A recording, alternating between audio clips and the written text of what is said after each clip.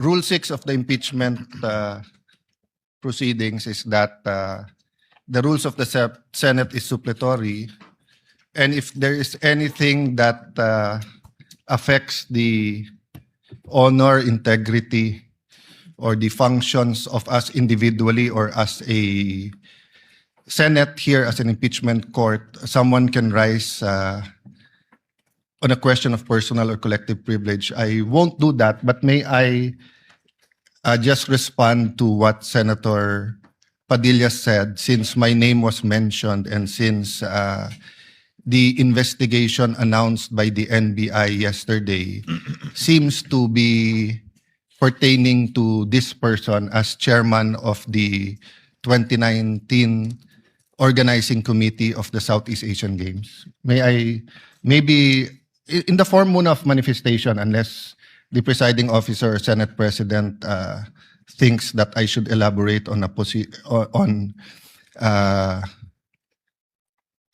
by asking for time on a personal collective privilege, but I don't want to start that. Senator procedure. Judge Cayetano may make his manifestation. For the record, sir. So, first and foremost, sa sinabi po ni Senator Padilla, I won't ask na ipa-play na yung video, but quite exhaustive yung sinabi ni NBI Director about the Southeast Asian Games. So, if the intention was to have a chilling effect, we already have that chilling effect. May 11, hinabol dito sa session hall na to ng mga ahente ng NBI si Senator Bato. May 13, nagkaroon ng enkwentro, putukan, pinipilit ng NBI na hindi sa loob ng Senado, but we have all the evidence that it was inside the Senate. Other incidents, I do not want to evoke a reaction or debate because I want to respect my fellow senators. Much of this has been vented in the media, is in court.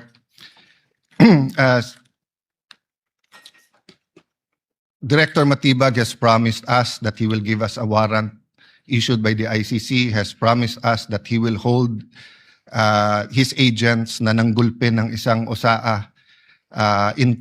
He will be the one to implement the contempt order and hold them in his office, but wala ditong natupad. So when I mentioned his name, his position the other day that it was bad taste, walang personal yun. I mean, regardless kung sinong, even if it was a secretary, an alter ego of the president who wrote the execution team or the defense team to say, pwede bang next week kasi may seminar, I would have said the same thing, di ba? Na, look at the gallery. Kompleto parati dyan from Congressman Ace Barbers to many Congressman Ridon. I won't name all of you, but you're busy people. But you think this is important, so you take time out and you are here. Di ba? Of course, the prosecution team, you have to be, you are here. We are here, despite of many, many other important things. Not only investigations, not only the flood control, not only the BIR, not only, we're also talking about the nation being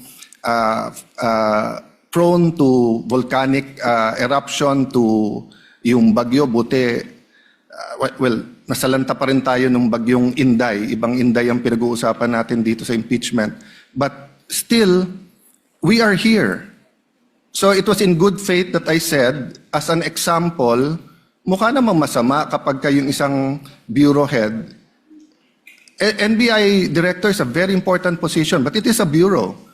So if a bureau head, and tignan yung invitation, nakalagay sa invitation, or your representative, and we resolved it. So aksidente ba na yesterday, suddenly after I mentioned it, and after during the weekend, many have been talking about na dapat ata hindi 16. So 21 na lang kami ngayon eh. So 2/3 of 21 is 7. Pag nabawasan pa kami ng 3, 13 na lang yon. Pero some will argue, mabawasan lang kami ng 1 o 2, baka 13 na rin yon kasi wala naman half person o 3/4 person. So all of these issues are valid. Question, the chilling effect is there, but am I intimidated? Wala na akong choice. Ilalabang ko na to, gagawin ko yun ang dapat kong gawin. Bumaliktad man yung sitwasyon, si President Marcos ang ini-impeach and I felt a certain way, ilalabang ko rin. Chief Justice man ang i-impeach, ilalabang ko rin. But for the record, Mr. President, go ahead and investigate. First of all, that's been investigated many, many times. COA, I'm not sure. I think the Office of the Ombudsman, ang nag-file pa ata, Chief of Staff mo eh. Senator Rob, I'm not sure but parang may kaso na nun. Senator Drilon quizzed us here.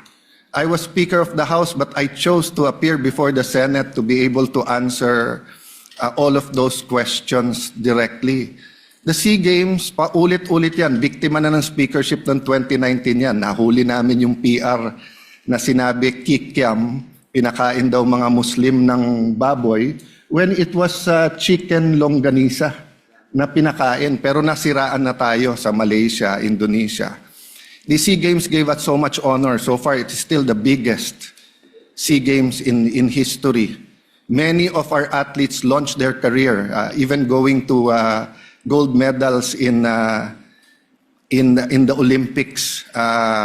Our athletic and our yung aquatic natin center in Clark is one of the best in the world. Ang nagsabi nito yung Israeli coach ng isang foreign team doon. But go ahead if you want to investigate.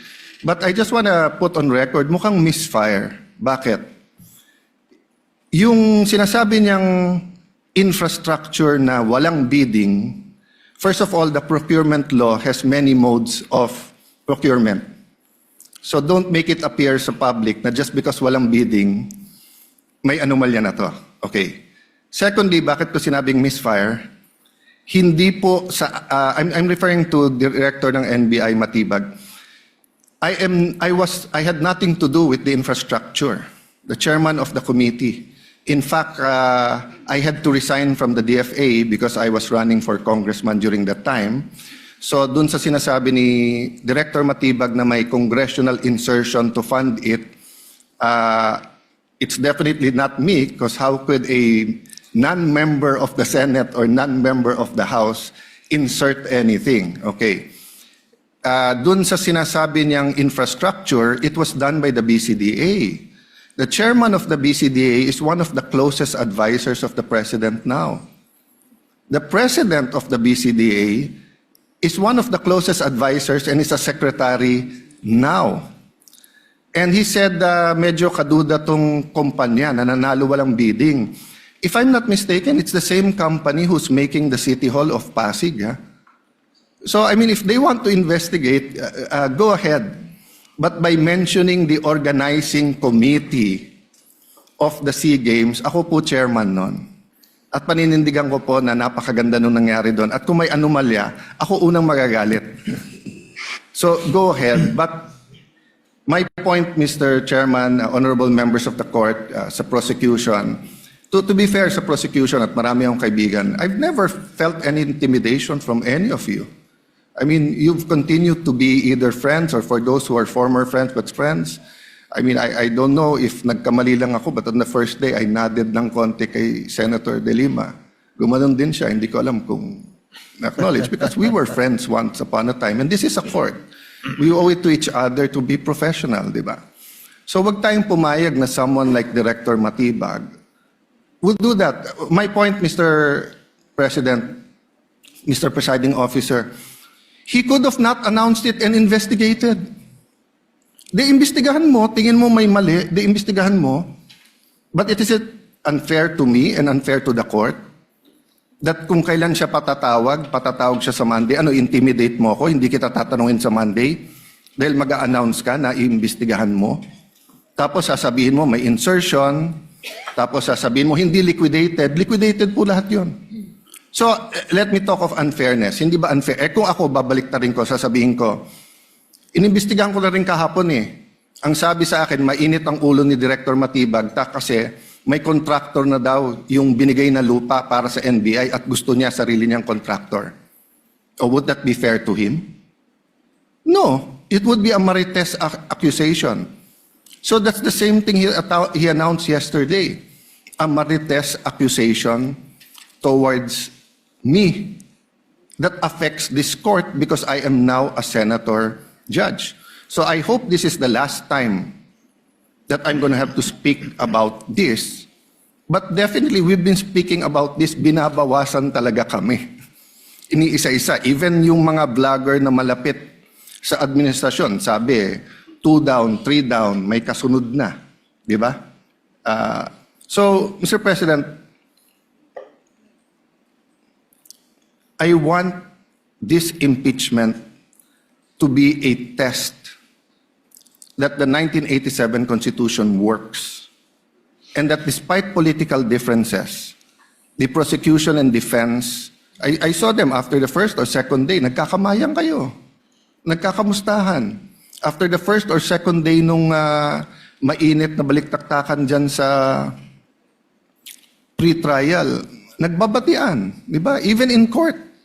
So we can't help but be emotional, we can't help but get mad at what we think is disgusting or sometimes crossing the line. But is there any question that for this verdict, whether it's for conviction or acquittal, to be accepted by the Filipino people, we have to make sure that the integrity of the court is intact. I will admit to you, nahirapan po ako. Wala si Senator Marcoleta. Iilan lang po kaming abogado dito.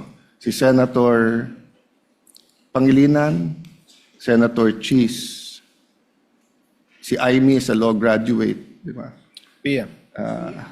Senator Pia, Bam is a second-year law student and I'm encouraging him na tapusin niya. Total review na yung nangyayari ngayon.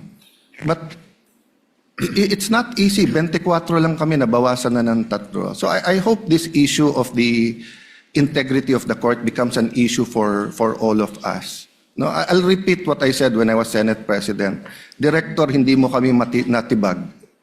So wag mo try itibagin tong representation na to o itong impeachment court because what you're doing is not helping. You investigate whatever you want to investigate. You want to investigate, ba't ako nagpatubo ng balbas? Investigate mo, no problem with me. Pero wag mo nang i-announce kasi nga naaapektuhan yung integrity ng court. Thank you for the leeway, Presiding Officer. Thank you, Senator Judge Alan Cayetano.